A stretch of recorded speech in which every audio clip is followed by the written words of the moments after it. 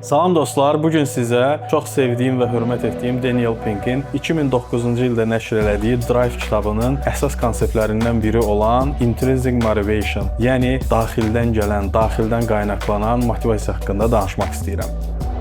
İlk öncə onu bildirim ki, hərəkətlərimizin təməlində ən güclü instinktlərdən biri, bəlkə də birincisi sağ qalma instinkti dayanır. Bu baxımdan beynimiz bizi daha az enerji yandıracağımız, daha çox qənaət edib ehtiyat toplayacağımız hərəkətlərə yönləndirir. Bu baxımdan tarix boyu insanları hərəkətə gətirmək üçün, onları A nöqtəsindən B nöqtəsinə aparmaq üçün mütləq şəkildə motivasiya etmək lazım olmuşdur. Daniel Pink'ə görə insan motivasiyası tarixən 3 mərhələdən keçmişdir. Birinci mərhələ motivasiya 1.0 mərhələsi adlanır. Bu mərhələdə bizi hərəkətə gətirən əsas motiv təməl ehtiyaclarımızı ödəməkdir. Misal üçün, ac qalmamaq üçün qida tapmaq, ov ovlamaq üçün alət düzəltmək, soyuqdan, təhlükədən qorunmaq üçün yuva qurmaq və s. Daha sonra isə həyat şəraiti yüksəldikcə insanların daha ağır tapşırıqlara yönlənməsini təmin etmək üçün, zavodlara və fabriklərə göndərmək üçün təməl motivlər yetmədi və bunun üçün sənayeləşmə dövrünün məhsulu olan mükafat və cəza mexanizmi formalaşdı. Bax, bu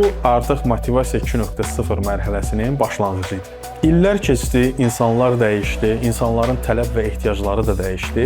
Artıq təməl ehtiyacların ödənməsi müzakirə mövzusu deyildi, lakin böyük hədəflərə getmək üçün mükafat və cəza mexanizmi də kifayət etmirdi. İnsanlar daha dərin duyğular üzərində düşünməyə başladılar. Bu özü motivasiya 3.0 mərhələsinin başlanğıcı idi. Əgər motivasiya 1.0 mərhələsində bizi hərəkətə gətirən əsas qüvvə sağ qalma instinkti, motivasiya 2.0 mərhələsində mükafat və cəza mexanizmi idisə, motivasiya 3.0 mərhələsinin əsas hərəkət verici qüvvəsi daxildən gələn istək, arzu və gücdür. Bir sözlə Daniel Pink demişkən, bu intrinsic motivation'dır.